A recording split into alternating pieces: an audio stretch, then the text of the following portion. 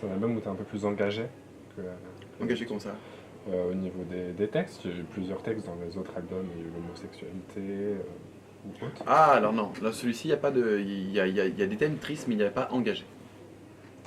Il y a un autre titre qui te tient à cœur dans cet album, celle qui va sortir justement. Ah, mais c'est comme si tu me demandais de choisir entre mes gosses. Tu peux pas, c'est pas ou entre mes chiens, c'est pareil, tu peux pas faire ça. Pour l'instant, il y a les 16, c'est mes 16 chouchous.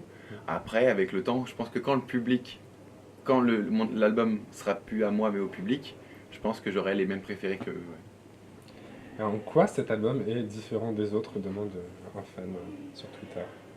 Bah, il sera différent parce que j'ai l'impression d'avoir mis le meilleur de ce que je peux faire. Il y a- J'ai eu l'habitude de faire des morceaux raga, des morceaux chants, et cette fois-ci j'ai essayé d'allier les deux. Ce qui fait mes deux petites personnalités en fait en termes de musique, c'est les deux qui reviennent le plus. C'est un best-of, mais qui ne sera pas un best-of banal, comme Non, on peut pas le de dire. best-of Ça banal. sera des, Non, c'est et des les best-of titres c'est bien quand retravaillés, ça quoi. finit. Oui. Enfin, c'est pas méchant, il y a Non, pas mais de bien vanne. sûr. Mais... C'est un best-of, c'est quand t'as plus d'actualité. Moi j'espère en avoir encore quand même. Ouais, mais tu vas reprendre tes chansons. Oui, je vais reprendre des chansons. Donc il y a quand même un travail qu'il faut Ah oui, souligner. bah oui. Oui, justement. Oui, bah oui, non, C'est mais un il faut. compliment. Mais non, il faut. Mais non, mais en plus moi je suis un boulimique du travail. J'ai besoin de. Je suis au studio comme les gens ont. Bah, les gens ont chacun leur passion. Il y en a c'est le poney, bah moi je vais au studio. Est-ce que tu vas faire un concert à 7? C'était la petite vanne pour Attends. Et tu la sais. ville de 7. Ah, à 7, d'accord, je crois que tu parlais à 7 sur scène. Non, ah, c'est possible, je sais pas s'il y a de ça à 7, mais en tout cas, ouais, c'est vrai que si tu prends que les danseuses et mes deux backers, et moi, donc, ça fait 7. Mais déjà, à la tournée d'avant, on était 7. Et je pense qu'on sera encore 7 sur scène si je compte pas les musiciens et les DJ. Le truc le plus dingue qui t'est arrivé pendant le concert, justement. Chaque fin de tournée, c'est dingue. Non, mais vraiment, c'est déjà au niveau mental, c'est dur parce que tu sais que c'est la dernière. Je sais pas comment te l'expliquer. C'est comme si tu avais une relation et que tu savais que c'était le dernier jour que tu passais avec cette personne. Tu sais, tu en profiterais différemment en fait. Et bah là, c'est pareil.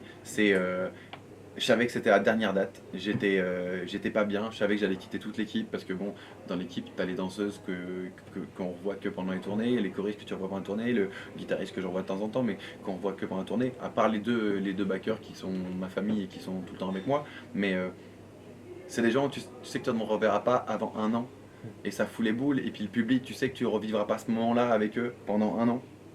Donc ouais, le moment le plus fou, c'est quand tu dis une dernière fois au revoir et que tu sais que c'est avant longtemps.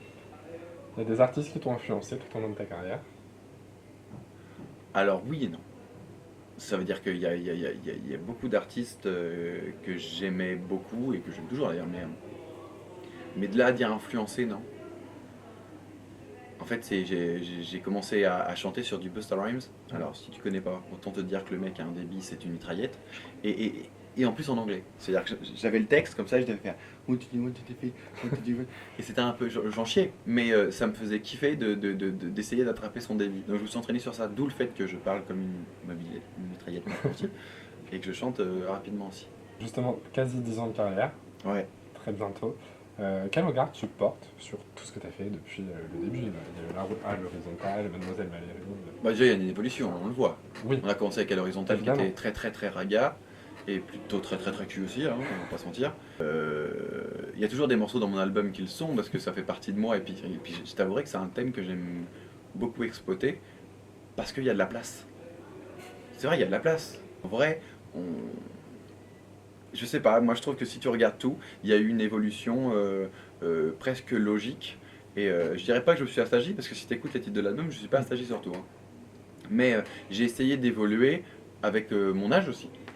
Parce qu'on n'a pas les mêmes, on n'a pas la même façon de penser, pas les mêmes envies, pas les mêmes centres d'intérêt qu'avant aussi, je pense.